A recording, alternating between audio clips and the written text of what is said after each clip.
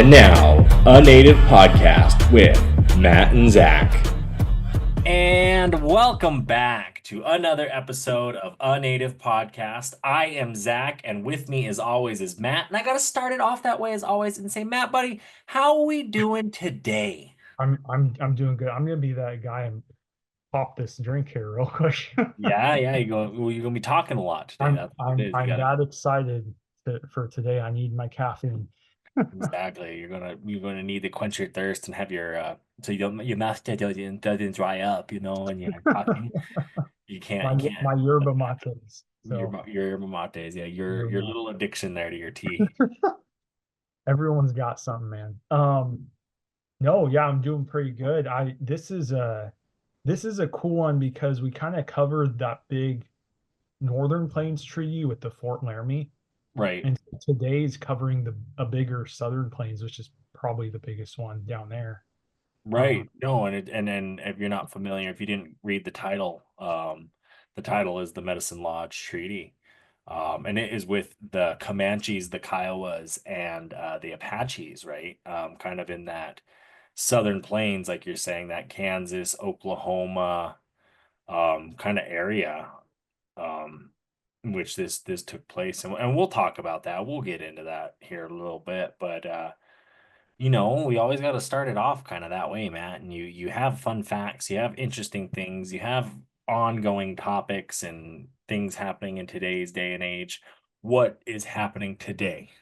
Well, as you know, in the United US of A, United States of A, there's a lot happening in Right. this day and age, particularly in Indian country. But the big headline I saw today was that the Lac du Flambeau Chippewa Okay. in Wisconsin, they essentially blocked their roads to assert their tribal sovereignty against the ICE agents coming in.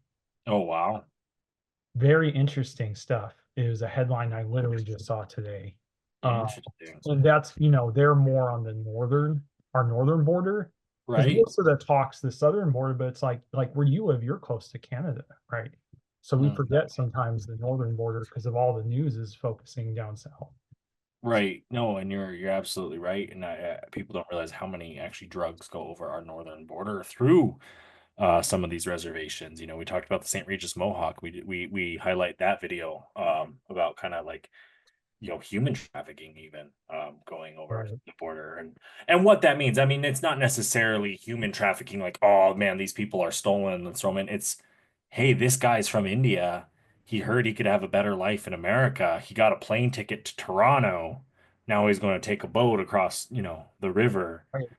and try and get a job on the streets of New York or wherever he ends Yeah. up. Like people don't really understand immigration, right? And I mean, it's a hot topic in this country, and you kind of know how I stand with like this Mhm. country was built on immigration. This country is a very capitalistic country. Everyone here comes here for that American dream or to make it rich. I get people in Africa I gave my phone number to, they'll call me out of the blue, random, and they'll say, are there any jobs in America? And I laugh a little bit because I'm like, yeah, no, there are, but like you got to work for it, and people are they're kind of hungry that way when they come to America, It, and it's it's not that whole, necessarily fair because a lot of the Europeans and our white friends, it's fine, it's okay, but I laugh at them because it's like, well, what's that last name? What's Jameson? Isn't that a British last name? You say whatever, like right, it's not an American last name. If right. you look at American last name, it'd be like Two Leggins or Little Shell or those those uh those names of your They'll leaders, of your people, been right? here, been here for generations. And Pumpkin seeds, right? yeah, pumpkin seed. You bring up like our African friends, right, from college, and like those it's funny, like because being native, it's like we don't got no beef with them historically. No, Like there's no beef with them, right? Like no, other continent away. no, exactly. But I just mean like just the fact that people who immigrate here to this country, Oh, they right, immigrate here for that good opportunity. You know what I right. mean? And it's happened since when was it? Columbus sailed the ocean in It's Columbus 1492. Isn't Day. there a fucking song about it? You know what I mean? Like that's when Well, it started. That's when yeah, immigration and open border policy started in this country, when they started showing up. And in my opinion, it's like either learn to succeed in the capitalistic US that the US has created over these last, hundreds of years, or figure it out, like these borders, or close the borders and give the land back to the natives. You know what I mean? Because it's it's not necessarily the US and whoever these true Americans are, right? When you look at what a true American is, right. um, and those constitution policies and all that, right? That's a different podcast. That's not our Oh yeah. podcast. Yeah, we got some topics. We got the Filipinos coming for school teachers on reservations. That's when we got to talk about they're sending money back to their families even, Some of them, yeah. right? So in the Philippines. People are But working hard or and getting there, get finding the ways. Definitely you see it here. Kind of, and it all stems back to these treaties, a lot of like these land rights or negotiation rights, how it was brought forward. And that's kind of what leads us, I think, to the medicine, or not the Medicine Lodge Treaty, right? Did you know there's a new native apparel company? no, I did not. It's called Shop LS 574, named after the 574 federal tribes and the Little Shell descendancy of its founders. Wow, that's really cool, man. It is. It is becoming a spot to order native apparel by and for natives, working with native designers and teams to help best represent Indian country. That's awesome, dude. For sure. Now make sure to go pick up some Native podcast swag as well as other native gear while shopping at shopls574.com. Oh yeah, and do not forget to use code ANP10 to save on your next order. That's ANP10. Hey Matt, did you know there's a tribally owned net company? No, I did not. Not only are they tribally owned, but Blue Ribbon Nets also creates totally sustainable products. With Blue Ribbon Nets, not only are you getting quality nets, but even eco-friendly ones as well. That's awesome, dude. It sure is indeed. Make sure to use code RUGAROO10 on your next Blue Ribbon Net order to save. Again, the code is RUGAROO10, RUGARU10. I am definitely getting a Blue Ribbon Net now.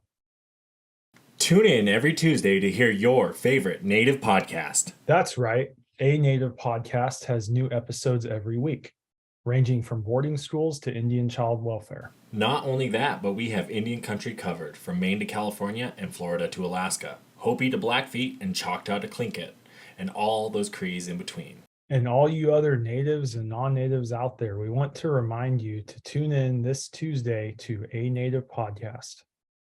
First things first, I looked at doing this research. It's funny, you and I were talking, we found a lot of the same articles. One of the first really good articles that I found and Matt found, the National Park Service wrote, and it's on the Fort Leonard National Historic Site page, but they talk about the Medicine Lodge Treaty, and I think it's a good way to open it up, right? There's first a quote by Buffalo Chief, 1867. You think that you are doing a great deal for us by giving these presents to us, but we prefer to live as formerly. Right there, right in the moment, 1867, Buffalo Chief sitting there saying, you know what? We want our land, but you guys are just going to build more forts. You're going to kill us. You're going to not be so nice to us. But you're going to pretend like, hey, yeah, we gave you so, and we'll go through it when we go through the treaty later. The things that were also given, the physical items that in 1867 and how the U.S. thought they were acquiring this land. Seeking to bring about an end to the state of the war, instigated by General Hancock's destruction of the combined village west of Fort Larned, U.S. officials and several tribes, including the Cheyenne, Arapaho, Kiowa, Comanche, and Apache, agreed to meet at a site southeast of Fort Larned along the Medicine Lodge Creek in October 1867. The area was frequently used by the Cheyenne for religious purposes, and the spiritually significant site was selected to emphasize the occasion's importance. As an offering of peace, U.S. government provided food for the thousands of people who gathered at the site. Fort Larned served as the supply depot for the Medicine Lodge Treaty proceedings, where food was amassed and driven by wagon to the site. The proceedings concluded with the signing of the Medicine Lodge Treaty of 1867. Among its provisions, the Medicine Lodge Treaty regulated the Cheyenne lands south of Fort Larned. The treaty also allowed tribes to collect annuities or gifts from the government to the U.S. government. Gifts were less expensive than war. Though the treaty could be seen as a diplomatic victory for both sides, Captain Barnett of the 7th Cavalry, who recorded the speeches during the negotiations, expressed his misgivings. They had no idea what they're giving up, or they have ever given up, the country which they claim as their own. The treaty amounts to nothing, and we will certainly have another war sooner or later with the Cheyennes, or at least probably with the other Indians. Fort Larned was not quite ready to handle its increased diplomatic role. Post commanders Major Meredith W. Kidd wrote to Brigadier General McKeever on March 21, 1868. Now that the Indians are moving about and frequently visiting this post, it seems to be necessary, or at least prudent, to have an interpreter here for a few months. In August 1868, Captain Barnett observed the Cheyenne collecting annuities at Fort Larned, noting the Cheyennes have been coming into Fort Larned today for their arms and munitions, which were used to be hunting for bison. However, Army officials were always concerned the weapons would be used against the whites. Indeed, peaceful relations did not continue to the end of the year. Despite the peaceful start of 1868, violence began again in August. As the peace afforded by the Medicine Lodge Treaty unraveled and the U.S. Army contemplated how to respond, Ned Wynkoop resigned his position as Cheyenne and Arapaho agent in November. Custer's 7th Cavalry attacked the Cheyenne village at Washita. In a fight, Captain Barnwitz was wounded. Black Kettle, who had worked for years to achieve peace with Wynkoop, was killed in the attack. A sword found near where Black Kettle fell is on display in the Fort Larned Visitor Center. Fort Larned had been significant at the beginning of Hancock's War and the conflict leading up to the Medicine Lodge Treaty, and the post reached its apogee in the year that followed the Medicine Lodge Treaty. In 1868 saw the highest troops levels at Fort Larned, the completion of the latest buildings on post, and the busiest year at the fort overall. Afterward, as the conflict moved elsewhere and eventually quieted, the post began a decade-long decline into disuse. So that's kind of a little bit of history on the fort and how it was involved with the treaty. With But this one, I think it's interesting with the gifts part. well, I mean, it's how they talk about it, right? As if we're giving gifts, right? Right. It's that verbiage and language that you're saying. It's What are those gifts? You know? we'll go through them. I think when we go through the Oh, you treaty, have. I think that Okay. is kind of like you get your land, each person gets a gun, that kind of Um, I stuff. was gonna bring up that quick map just to show kind of where it's Yeah. at, where that took place. Oh, I think that's a great idea.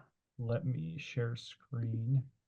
So here you can see, oh yeah, there we go. It says here Medicine Lodge Creek, October 1867, were 7,000. It's estimated 5 to 7,000. I've seen on different sources. Native Americans met there, which is quite a bit to meet Right. the treaty to negotiate to reduce Indian territory to what is now present day Oklahoma. So you can see Oklahoma's here. Medicine Lodge is interesting because it sits right where the western grassy plains meet kind of the woodlands area more, right in that area where they meet. Because these tribes in the eastern part, Ponkas and Wichita, they were already settled in Oklahoma, whereas the ones out here on the plains, which we're talking about, they're the ones involved in this treaty. Right. Um, the Apaches down this Texas right there, Comanche, all these other Southern Plains groups, Oh, Kiowa. Pratt, Kansas. I think there's a boarding school in Pratt. Yes, Yeah, and you see these names, and like Dodge City was a violent town in there back in the day. Right. Um, yeah, no, very just kind of just to see where it is here. So I'll stop. No, that's a good map. No, it really is a good map, and it's good to point that out, kind of show kind of where it's at in that in relation to that. And when you think about it and you look at it, right, they talk about the treaty here, or no, the fort, and how the fort was really there just for war.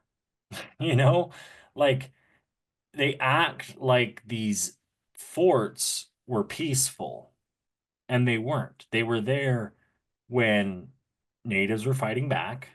They sent more men, and they say it right here. They sent more men, but right after the war quieted down, the fighting quieted down. Oh, it went into a decade-long decline. These forts were used to conquer and take the West. That's what is hard for, I think, non-native people to understand, is the fact that they kept coming, kept building these things, kept making things. Why do you have Fort Kit, Fort Belknap, Fort Peck, Fort this, Fort that, Fort Clatsop, they're all forts. It's militant. It's a military mindset and land grab. There's nothing peaceful about it. So that's just kind of why I chose the national parks article to talk about there. Yeah, yeah, no, it shows well in that one was good. It just kind of said what happened. It wasn't coming from any angle Right. necessarily. Because some articles were like, oh, it's that was written by a white guy, or this was written by an Indian. You No, and know? you can tell. Yeah, yeah, no, definitely. Um, Um, with another good explanation kind of the treaty itself comes from the Encyclopedia of Oklahoma History and Culture, okhistory.org, and it's titled The Medicine Lodge Treaty 1867. In October 1867, a U.S. Indian Peace Commission signed 3 treaties at Medicine Lodge Creek near Medicine Lodge, Kansas. One treaty was made with the Kiowa and Comanche. A second confederated the Plains Apache with the Kiowa and Comanche. A third was negotiated with the Arapaho and Cheyenne. The United States promised the tribes peace and protection from white intruders in return for amity and relocation to reservations in the Western Indian Territory. The Senate ratified the treaties in July 1868. Post Civil War America focused on westward expansion, sending migrants across the southern plains via the Santa Fe Trail. Increased contact between the American and Plains Indians bred conflict as Americans encountered raiding, hunting, and captive taking practices that were central to the Plains Indians' way of life. The United States intended the Medicine Lodge Treaty to remove the Indians from the path of American expansion, thereby avoiding costly wars. The articles of the treaties defined reservation boundaries, the Indian agents' roles, and the government's obligation to the tribes. The agent was charged to oversee reservation affairs, including construction of buildings, employee residences, and schoolhouses. He was also an agent of civilizing measures incorporated in the treaties. Annuity goods included clothes and implements for the building of an agrarian economy. The provision restricted off-reservation bison hunting to lands south of the Arkansas River. Rations, a de facto requirement for regional stability, were not mentioned. The tribes also promised to end hostility and objection to railroad construction and military posts. Act 12 required approval of 3/4 of the adult male tribe population for future land cessations. Kiowa complaints that a 1900 allotment of reservation land without majority consent violated Article 12, resulted in the landmark Supreme Court decision in Lone Wolf v. Hitchcock, 1901. Both the United States and the tribes failed to honor a number of articles in the treaties. The agreements became ensnared in a revolt unleashed by the House of Representatives against the Senate over the control of treaty making with the Indian nations. The conspicuously political quarrel produced an end to treaty making in 1871. Meanwhile, appropriations for Indian annuity goods and rations were delayed and wholly inadequate, producing starvation, sickness, and material deprivation among the tribes. The tribes continued raiding and taking captives outside their reservation in violation of the treaties, in part to resist the United States, in part to alleviate their starving conditions. Yeah, I mean, you do what you could do to fucking get people off your land, you know, that kept coming. Right. And Well, and that's the this, thing is Americans kept coming. yeah, this, well, reading you reading that and mentioning like this was a major migration area for the Santa Fe Trail, which went more through the Southern Plains. It made me think of the northern ones that were very similar with the Oregon Trail and the Bozeman Trail through Montana, Right. with like this east-west travel with all these caravans of wagon trains and people. There's going to be conflict at some What is it today?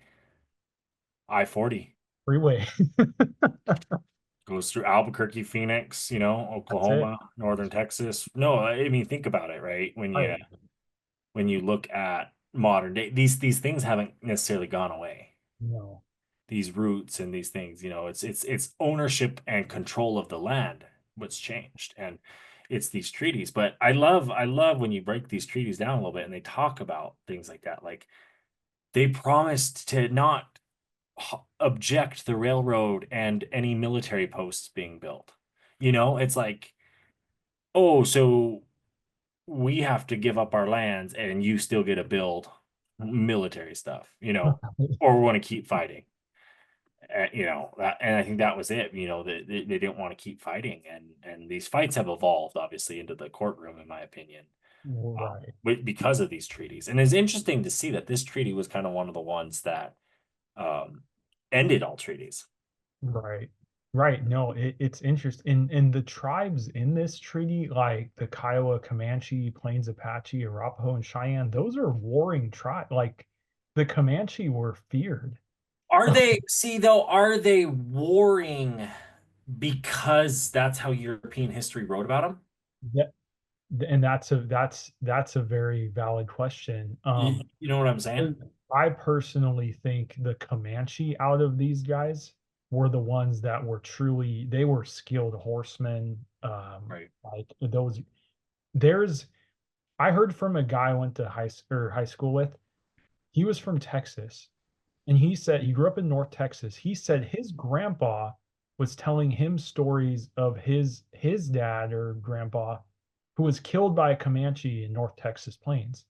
And his Oh, family were ranchers. And he's like, they're still talking about these ranchers there are still talking about the Comanches that killed their whatever grandpa. Like so and with their story of there's a canyon with the Comanche in North Texas called Palo Duro Canyon where they hid out. And that's a whole other story. There's a whole book on this stuff, but I want to read it because I heard good it's a thing. good, yeah, very interesting. So, Oh, definitely you should. Because that anyway, is we're one of all a those little things that, tangible. but your land is being taken. They want to paint us out to be savages and these uneducated people, but think about the communication back then. They knew what was going on in New York. They knew what was going on in DC. And I'm talking the Indian people, the native people. We knew, right? They knew what was going on. Right. They got the same newspapers, they saw the same stories, right? Like they were there in the community and involved. You know, it may have been different, like the social structure, but you're Mhm. still hearing what's going on. You know what's going on. So you're going to do whatever you can to protect what you think is going to be taken. When you see that, you know, they're building forts and then that land starts getting taken, you're going to oppose the forts. You're going to fight back, Right. you know, and you're going to fight back how they come. Um, and then I don't know. That's kind of my thought. You know, when you look at this, um, the Colorado Encyclopedia, History Colorado, um, talks about the treaty too, a little more in depth here. And I think it's another good article. The Medicine Lodge Treaty was a series of 3 treaties between the U.S. government and the Comanche, Kiowa, and Plains Apache, Southern Cheyenne, and Southern Arapaho American Indian nations, signed October 1867 along Medicine Creek Lodge Creek, south of Fort Larned, Kansas. By treatying with multiple tribes at once, the government hoped to reestablish peace across the Great Plains so that the Transcontinental Railroad could be completed without costly military campaigns. The Indian nations, suffering from disease and outbreaks, internal politic crises, and diminishing bison herds, sought supplies and protection from the government, even if they did not wish to give up their lands. The treaties at Medicine Lodge created 2 new reservations in the Indian Territory, present-day Oklahoma. As for the above-mentioned 5 nations, after the treaties, the Cheyenne and Arapaho largely withdrew from Colorado's plains and mountains, where they had lived since the late 1700s. The treaties also forced Indian children to attend boarding schools, a practice that became more widespread over the next 80 years.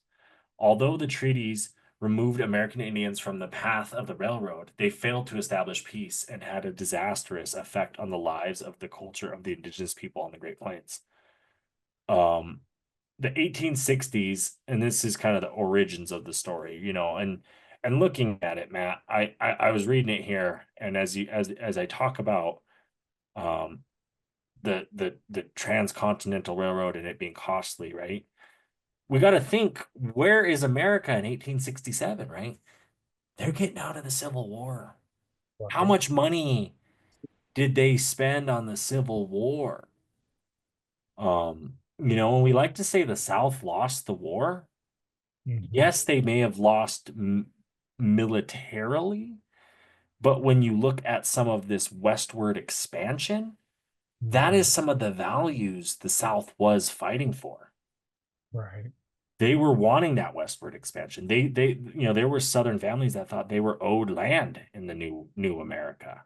Yeah. And part of that comes from this, right? So to appease that when you're building back a nation after being split, this is kind of, you know, this is kind of where, you know, these treaties and all that kind of come into place. It's interesting. The 1860s are a really interesting time Yeah. in American history.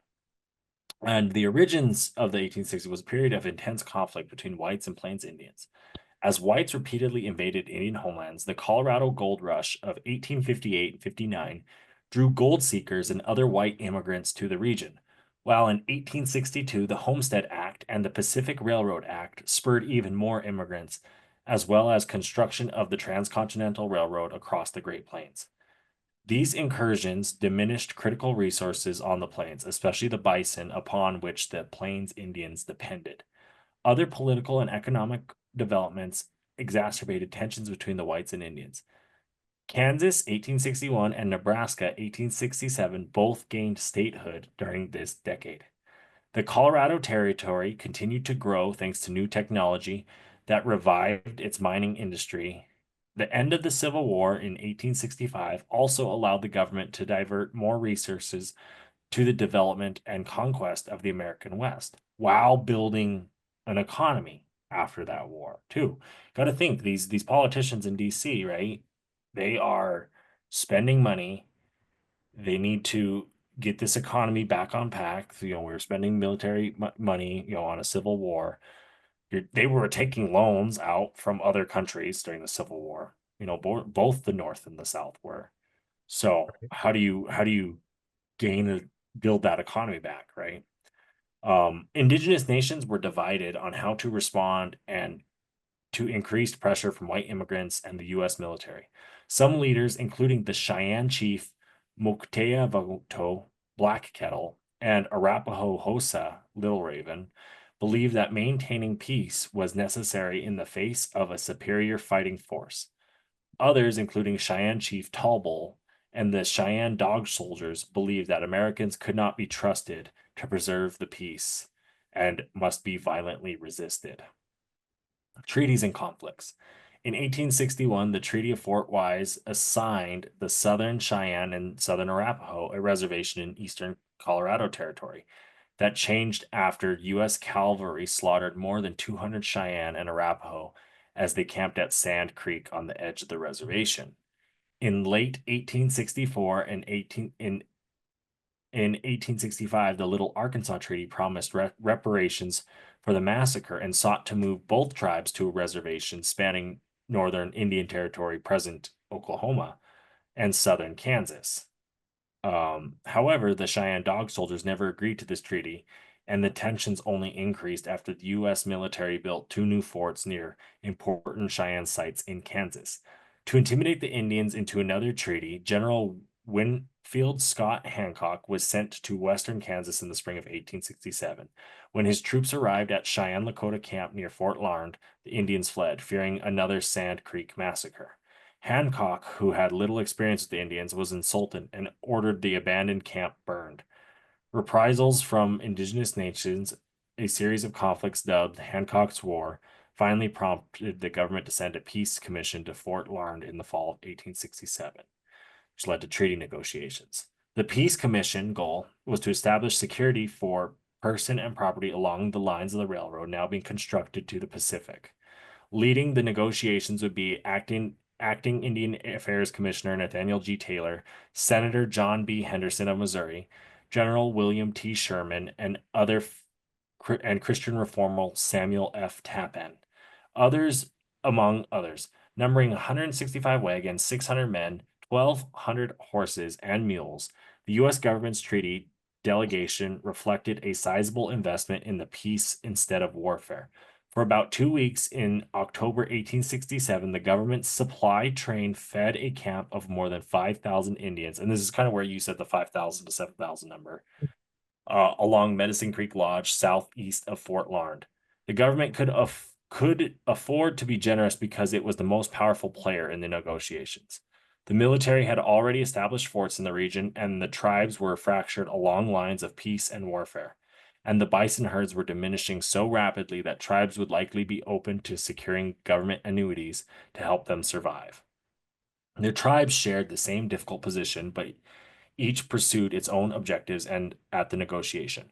Kiowa and Apache leaders, for instance, pointed to their people's peaceful relations with the Americans to lobby for annuities and to avoid being sent to reservations. Comanche leaders objected to the reservations but were willing to sign as long as the government fulfilled its promises. Otherwise, as Comanche leader Toshawi said, they would return with our wild brothers to live on the prairie. By October 21, 2 agreements had been reached with bands of Apache, Comanche, and Kiowa. Several days later, the Cheyenne and Arapaho chiefs arrived, signing their own treaty on October 28th. The treaties created 2 reservations in the Western Indian Territory, one for the Kiowa, Comanche, and Apache, and one for the Southern Arapaho and Southern Cheyenne. Tribes would be allowed to hunt off the reservation, but only as long as the bison existed. A cruel caveat, as the bisons were on the brink of extinction. The Indian nations also had to compel their children, male and female, between ages 6 and 16 years old, to attend U.S. boarding schools to ensure the civilization of tribes. The treaties provided for Indian agents who would distribute annuities, including a full set of clothes for every Indian each year, as well as more than $20,000 in additional provisions for 30 years. As a final token of goodwill, the U.S. Peace Commission distributed more than $150,000 in gifts to the assembled tribes, including clothes, blankets, weapons, tools, and tobacco. The aftermath of the Medicine Lodge Treaty achieved the government's main objective of moving the Plains Indians Nation out of the way of the Transcontinental Railroad. However, they did not bring peace to the Plains for the 2 main reasons. Government agents and Indian leaders interpreted the treaties differently, and not all Plains Indians were represented at the Medicine Lodge Council. For starters, the Cheyenne and Arapaho either misrepresented or disagreed with the formal location of their new reservation, and so for 2 years they did not have one. In a letter to the Interior Secretary in August 1869, the new Indian Affairs Commissioner, Eli S. Parker, wrote that the tribes not only did not understand the location of the reservation, but also had never been upon said reserve and did not desire to go there. Instead, Parker recommended another location that the Indians selected along the North Fork of the Canadian River, President Ulysses S. Grant immediately approved the new reservation. In addition, although the treaties provided blacksmiths, agricultural equipment, and housing on reservations, most Plains Indians neither wanted nor intended to use any of those resources. Most considered the reservation or agency to be a seasonal gathering place instead of a permanent home. Kiowa and Comanche, for example, continued to live off the reservation, bison hunting and taking cattle and other livestock from white settlements. Meanwhile, by the time of the Medicine Lodge treaties, the Cheyenne Dog Soldiers' strong alliance with the Lakota had made them into the region's premier fighting force. They had no interest in a peace treaty, neither did the Catawba Band of Comanche, who still had some power in the southern plains. The legacy having failed to control the Plains Indians by treaty, the government again used force. In 1869, it built Fort Still, a military post in southern Indian Territory, in an attempt to discourage raiding. Later that year, the Army deceivably defeated the Dog Soldiers at Summit Springs in northeast Colorado. By then, however, President Grant was pursuing a peace policy, preferring cultural warfare over military campaigns. Mandatory boarding school education, as described in the Medicine Lodge treaties, played a central role in what the effect of the government's campaign of cultural genocide. While their children were sent off to schools to be stripped of their culture, American Indians saw their reservation lands further reduced under the Dawes Act of 1887 and in the run-up creation of the state of Oklahoma in 1907. Today, the Southern Cheyenne and Southern Arapaho people continue to live on the reservation established for them in the aftermath of the Medicine Lodge treaties. Yeah, that was kind of a long one. Yeah, no, that when you mentioned they were displeased with the permanent housing, something I had was a picture of Chief Satanta, who's Kiowa, and I can show a picture really quick if you want. Yeah, go for it. This is people have seen this picture of him before. Most people have anyway, or recognize it anyways. So this guy right here. So that was Satanta from the Kiowa, and he was very outspoken about the type of housing they were being provided. He's like, we don't want to live in that. No. And there's a quote from him too. I'm just like cracking up, because it's like it's just for the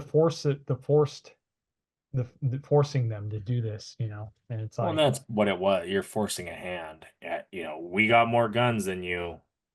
You gotta listen to us. We want to take. And it's like, well, we don't want you to take, but I guess we kind of have to let you take. Right. Well, and I could see, like, when you're reading too about all these tribes, there's so many involved that like it would create some divisions. It would create some issues there, Well, they talked about General William T. Sherman, right? And his concern about the nomadic Indians, right, was that it cost $1 million a week at that time to fund the militias defending the frontier populations. So that's where, like, when they talk about saving money, it's like, where can we cut spending? We're not spending all these military men out there. Right. Yeah. Very costly. Yeah, very costly. Like you said, especially right after the Civil War is getting done. And they've already spent how much for that, So it's very, the US West it's how it changes, right? Mm-hmm. In that way. And now we'd like to pause and take you to music on A Native Podcast with Matt and Zach. This week, we are featuring the artist Dreezus and his song Red Winter. You are a spark that will ignite 1,000 more people. We will be 1 million strong.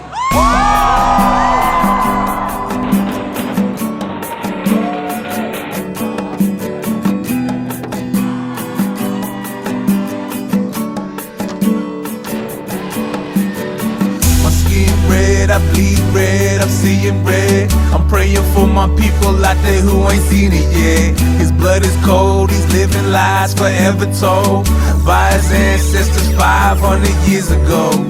Yeah, I said it, got my peoples getting restless, making money off our land, and we ain't even on the guest list. Carry on traditions of a racist ass pilgrim, and I know you really love it when my people play the victim, cause it makes it seem like we falling under pressure. But we up to bat now, no more playing catch up, cause we see the bigger picture that we have to capture. See how quick we get together, man, we out to get ya. You can lock us in jail and throw away the key, take away my rights, but you ain't stopping me. Cause I've been quiet for too long, it's time to speak. We gotta stand for something to keep us free. I'm out on no more, I'm out on no more, I'm out on no more, yeah, I'm out on no more. I'm getting aggravated, my people saying chill. I feel my heart breaking, but I don't need your pills. I need my people strong, with hearts of many men. He letting women die outside of the parliament. Opposition's only siding for their benefit. The only ones we really got is us, and that's so evident. Before you take a stand, remember to get educated. Once you understand the message, go and share it with your neighbors. Basically, we getting taken hostage for our land. Till we sell it out for profit, now they got the upper hand. But trust me, we can stop it. I'm thanking the four sisters. Dear Mr. Harper, we all coming to get you, and we won't stop for nothing. We're bringing all of our cousins, and we getting educated, so this fighting ain't for nothing. Stand up for your people, our time for power is coming. I'm a full-blooded native, believe me, I'm proud of it. Hey. You can lock us in jail and throw away the key, take away my rights, but you ain't stopping me. Cause I've been quiet for too long, it's time to speak. We gotta stand for something to keep us free. I'm out on no more, I'm out on no more, I'm out on no more, yeah, I'm out on no more. You are the spark that's starting a fire that will spread across this land. And it will be a fire that doesn't burn, but a fire that cleanses. A fire that ignites in our hearts and creates light. No more living in darkness.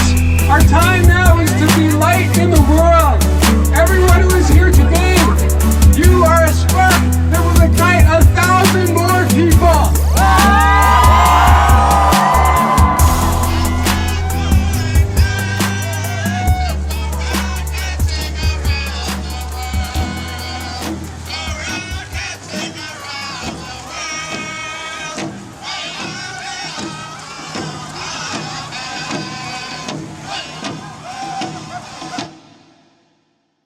And as always, we'd like to thank you for listening to Music on a Native Podcast. That was Dreezus, Red Winter. Now back to the podcast. We'll get into the treaty, the physical treaty itself here. OklahomaState.edu has really good database of these treaties. It's kind of a small one, shockingly, compared to others that we've read. So this was October 21st, 1867, ratified July 25th, 1868, proclaimed August 25th, 1868. Article of a treaty concluded at the council camp on the Medicine Lodge Creek, 70 miles south of Fort Larned in the state of Kansas on the 21st day of October, 1867, by and between the United States of America, represented by its commissioners, duly appointed thereto, to wit, Nathaniel G. Taylor, William S. Harney, C.C. Augur, Alfred S. Terry, John Sanborn, Samuel F. Tappan, and J.B. Henderson of the One Part, and the Kiowa, Comanche, Apache Indians, represented by their chiefs and headmen, duly authorized and empowered to act for the body of the people of said tribes, the names of said chiefs and headmen being hereto subscribed, and the other part witness. Article 1. The said Apache tribe of Indian agree to confederate and become incorporated with the said Kiowa and Comanche tribes, and to accept as their permanent home the reservation described in the aforesaid treaty with the Kiowa and Comanche tribes. concluded as aforesaid at this place, and they pledge themselves to make no permanent settlement at any place nor on any lands outside of said reservation. And this is that, I mean, that's kind of something interesting when you talk about confederating tribes, right? This is where these generals and these military people are like, no, you guys gotta, you're not just one tribe, or you're not one individual tribe, you're three tribes in one.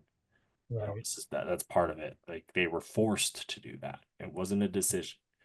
Article 2, the Kiowa and Comanche tribes on their part agree that all benefits and advantages arising from the employment of physicians, teachers, carpenters, millers, engineers, farmers, and blacksmiths agree to be furnished under the provisions of said treaty, together with all the advantage to be derived from the construction of agency buildings, warehouses, mills, and other structures, and also from the establishment of schools upon their said reservation, shall be jointly and equally shared and enjoyed by the Apache as though they had been original part of said tribes, therefore further agreeing that all other benefits arising from said treaty shall be jointly equally shared and as for said. That's kind of fucked. That's saying they have to be shared equally with the Apaches. So they're basically forcing tribes to get along. Right. Article 3, the United States on its part agrees to the clothing and other articles named in Article X of said original treaty, together with all the money and other annuities agreed to be furnished under any provisions of said treaty to the Kiowas and Comanches, shall be shared equally by the Apaches in all cases where specific articles of clothing are agreed to be furnished to the Kiowas and Comanches. Similar articles shall be furnished to the Apaches, and separate census of the Apaches shall be taken annually and returned by the agent as provided for the other tribes. And the United States further agents in consideration and incorporation of said Apaches to increase the annual appropriation of money as provided in Article X of said treaty from $25,000 to $30,000, and the later amount shall be annually appropriated from the period therein named for the use and benefit of said three tribes confederated as herein declared, and the clothing and other annuities, which may be from time to time furnished to the Apaches, shall be based on the census of the three tribes annually to be taken by the agent, and shall be separated, marked forward, and delivered to them at the agency house to be built under the provisions of said treaty. Article 4, the last article. In consideration of the advantages conferred by this supplementary treaty upon the Apache tribe of Indians, they agreed to observe and faithfully comply with all other stipulations and agreements entered into by the Kiowas, Comanches in said original treaty.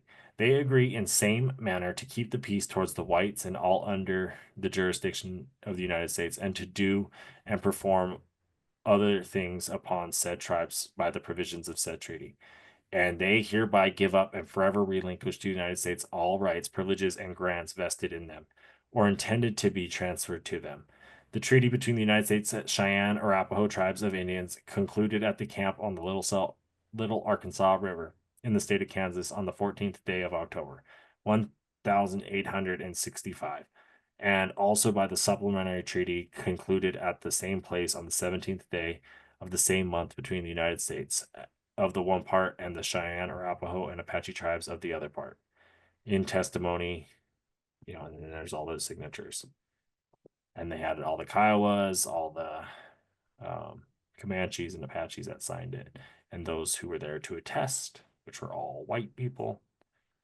And yeah, it sounds like that treaty, in my opinion, when you look at the nuts and bolts of it, was to say, hey, we'll give you your clothing and we'll give you those items if you can keep the peace. Right. And it sounds like they got some of those guns and stuff and said, okay, we got enough guns, let's start fighting. It backfired on them a little bit. It did. I also want to take the time and show a PBS video. Hopefully I'm able to share it to everybody. But it's the Indian War. It's the misunderstood treaty, and it talks about this treaty on PBS and Ken Burns. So I'm gonna share that now with everybody so they can watch it. And that was the video. This is a good video on the treaty. Just hopefully explained a little more to all you watching. Well, Ken Burns is a great narrator too. He's a With that good. He does a good job, man. He does a really Yeah. good job. But that's kind of. I mean, I'm kind of. I don't know. Do you have anything else for the viewers you want to talk about this treaty with?